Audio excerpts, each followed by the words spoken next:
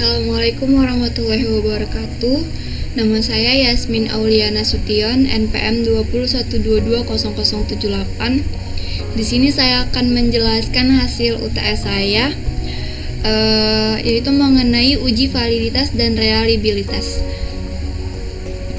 Saya akan menguji dari data yang telah dikirim oleh Bapak Sunario. Ada kepemimpinan X1, perilaku organisasi X2, konflik kerja X3, etos kerja X4, prestasi kerja Z, dan kinerja Y. Di sini saya akan mengambil contoh dari kepemimpinan. Kita buka aplikasi SPSS-nya. Nah, di sini saya telah mengerjakannya agar kita gampang menjelaskannya. Di name kita tulis kepemimpinan 1, 2, 3, 4, 5, 6, 7, 8, dan 9 karena di sini di data ini ada 9 pengujian. Untuk di tipe tetap numerik, di desimal saya buat 0 agar tidak bingung di koma-komanya. Dan di label untuk kepemimpinan 1 ada persepsi responden atas kuesioner pertama tentang variabel kepemimpinan. Untuk yang kedua, persepsi responden atas kuesioner kedua tentang variabel kepemimpinan sampai ke 9 tentang variabel kepemimpinan. Nah, untuk di values-nya ada 5 pilihan, yaitu yang pertama sangat setuju, yang kedua setuju, yang ketiga kurang setuju, yang keempat tidak setuju, yang kelima sangat tidak setuju. Nah, di sini saya buat values-nya yang positif, tapi kalau jika mau buat yang negatif dahulu bisa. Yang pertama bisa dibuat sangat tidak setuju sampai yang kelima bisa buat setuju, dibalikan saja. Untuk di missing tetap non di kolom 13 itu sesuai dengan kolomnya. Dan di measure kita ubah ke scale. Langsung saja kita pilih langkah kedua. Kita akan menguji dua validitas dan reliabilitas. Yang pertama kita memakai correlate dan yang kedua kita memakai scale. Yang pertama kita pakai correlate, kita pilih analyze, terus pilih correlate, terus pilih bivariate. Nah, yang di sini sebelumnya, yang di daerah sini sebelumnya kita pindah ke variabel. Setelah itu jangan lupa di correlation coefficient-nya harus tercentang percent, di test of significance-nya harus tercentang to tilde. Lalu kita pilih option. Nah, untuk di missing values harus tercentang exclude cases pairwise. Lalu kita pilih continue dan kita pilih OK. Kita akan mendapatkan hasil seperti ini di total ini. Nah, untuk total yang ada bintang-bintangnya itu tandanya bagus hasilnya. Ini hasil dari correlation-nya. Nah, selanjutnya kita mau tahu scale-nya. Lalu kita pilih lagi analyze. Kita pilih scale. Pilih reliability analysis. Nah, di sini kita pilih semua kecuali total.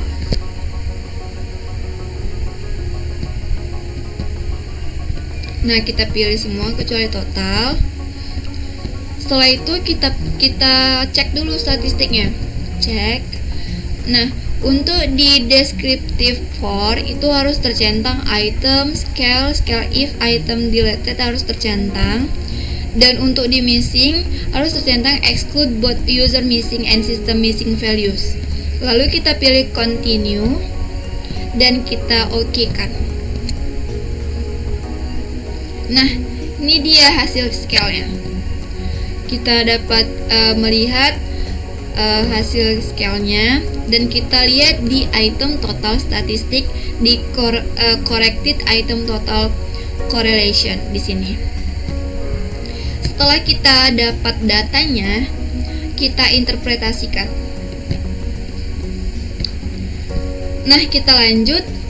Tabel 1 menunjukkan seluruh indikator pada setiap variabel telah memenuhi syarat validitas, yaitu R hitung lebih besar dari R tabel. Oleh sebab itu, indikator-indikator tersebut dapat digunakan untuk mengukur variabel penelitian ini. Nah, setelah kita dapat interpretasi menggunakan correlate, kita interpretasikan menggunakan scale. Berdasarkan pada tabel hasil olahan data kepemimpinan, maka diketahui hasil uji validitas pada variabel kompensasi dengan menggunakan scale, yaitu sebagai berikut.